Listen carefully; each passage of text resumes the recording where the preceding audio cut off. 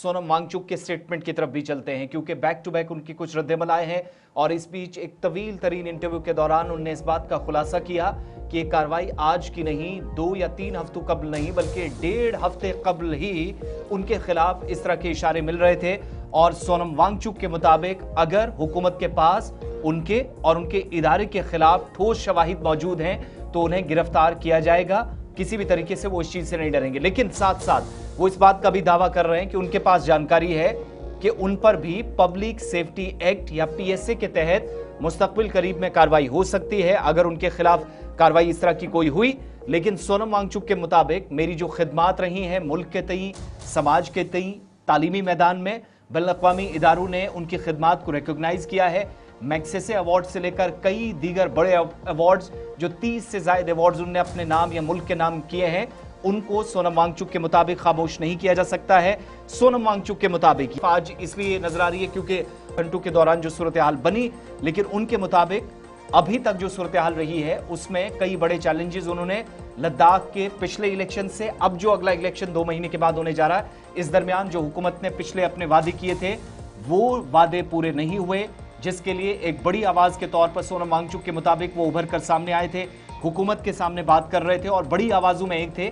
इसलिए उनकी आवाज को दबाने की कोशिश 1.5 माह कबल शुरू की गई थी। लेकिन साथ साथ उनके मुताबिक अगर कोई भी बड़ी कार्रवाई पीएसए के तहत या किसी भी कानून के तहत उनके खिलाफ होती है तो वो उसको भी फेस करने के लिए तैयार हैं। लेकिन जो उनकी तालीमी मैदान में, समाजी, मुआशी या इक्तिसादी मैदान में सरगर्मियां हैं, एक्टिविटीज हैं, कानूनी तौर पर जो सही है वो जारी रहेंगी। एक और दावा उन्होंने किया कि जो उनको फंडिंग के नाम पर डराया जा रहा है, लद्दाख के अंदर कोई शख्स या एक भी ऐसा व्यक्ति नहीं जो टैक्स देता हो, क्योंकि लद्दाख के अंदर टैक्स माफ है, लेकिन इसके बावजूद भी वो करोड़ों रुपए सरकार को अपनी मर्जी से टैक्स की सूरत में देते हैं। और हुकूमत ने यह भी एतराफ किया है, सोनम वांगचुक को अगर दुरुस्त माना जाए तो उनके मुताबिक जो पैसा उनको बाहर से आया वो फॉरेन फंडिंग नहीं है या डोनेशन की सूरत में उसको हुकूमत कैसे देखती है ये माना है। कुछ बड़े दावे किए गए हैं अपने खिलाफ, जो कार्रवाई पिछले 48 घंटों में उनके खिलाफ हुई है। सोनम वांगचुक की 2-3 बड़ी बातें आपके सामने जरा इस प्रोग्राम में रखेंगे।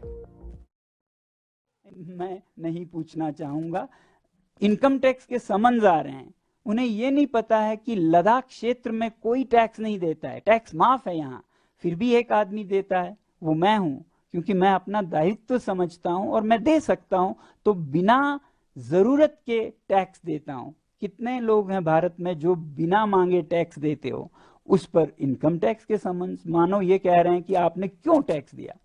तो ये विच हंटिंग का एक, बदकिस्मती से कहना पड़ रहा है, एक कड़ी सा चला, जिसका आखिरी कड़ी था कल जब हिंसा के बाद पूरा का पूरा दोष सोनम वांगचुक पे डाला। मुझे वैसे भी ऐसे खबरें आती गई बहुत अच्छे सूत्रों से कि आपके खिलाफ पब्लिक सेफ्टी एक्ट का केस बनाया जा रहा है ताकि आपको 2 साल के लिए बिना जांच के, बिना बेल के जेल भेजा जा सके। तो आपको डर है कि अब आपकी गिरफ्तारी? बिल्कुल डर नहीं है, मैं बिल्कुल इंतजार कर रहा हूं, बल्कि मैं ये सोचता हूं कि न्योता देंगे पुलिस को कि आए आपको गिरफ्तार? बिल्कुल देंगे, क्यों नहीं देंगे, जब वो चाहें हमें गिरफ्तार कर सकते हैं। मैं सोचता हूं कि मेरे जेल में होना देश को ज्यादा जगाएगा मेरे बाहर होने से, क्योंकि देश नजारा देखेगा जो आदमी देश विदेश से भारत के लिए मैग्सेसे से लेके रोलेक्स अवार्ड से ले 30 पुरस्कार लाता है, 8 तो यूनिवर्सिटीज के ऑनररी डॉक्टरेट्स लाता है,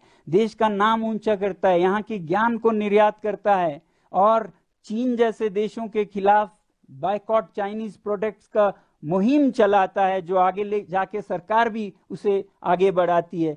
उसी आदमी को हम आज ऐसे दोषों में जेल डाल रहे हैं। ये नज़ारा जब वो देखेंगे तब वो समझेंगे कि आज देश कैसे चल रहा है। तो इसलिए मैं सोचता हूं मेरी देश सेवा की यही एक आखिरी कड़ी। 6 हफ्ते पहले कांग्रेस पार्टी को हमारे एपेक्स बॉडी से निकाल दिया गया था ताकि ये अपॉलिटिकल रह सके। तो आप समझ सकते हैं कि कांग्रेस से कोई लेना देना नहीं है इस आंदोलन का। उन्हें तो आंदोलन से हटने को कहा जब तक इलेक्शंस खत्म ना हो, वरना उनकी भी जगह है उसमें।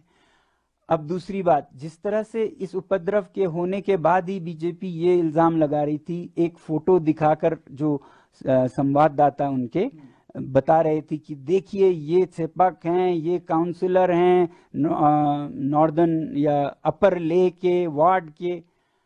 अब आपको कैसा लगेगा अगर मैं ये बताऊं कि वो तस्वीर जो वो दिखा रहे थे वो गलत था, वो किसी और के तस्वीर को लेके जल्दीबाजी में उसे कांग्रेस का काउंसिलर लेके सबको देश को दिखा रहे थे, और सच में ये कोई और था, उनके कोई दूर के रिश्तेदार थे, और उनको और उनके इस परिवार को आज पुलिस हिरासत कर रही है, हैरेस कर रही है, मारपीट कर रहे हैं।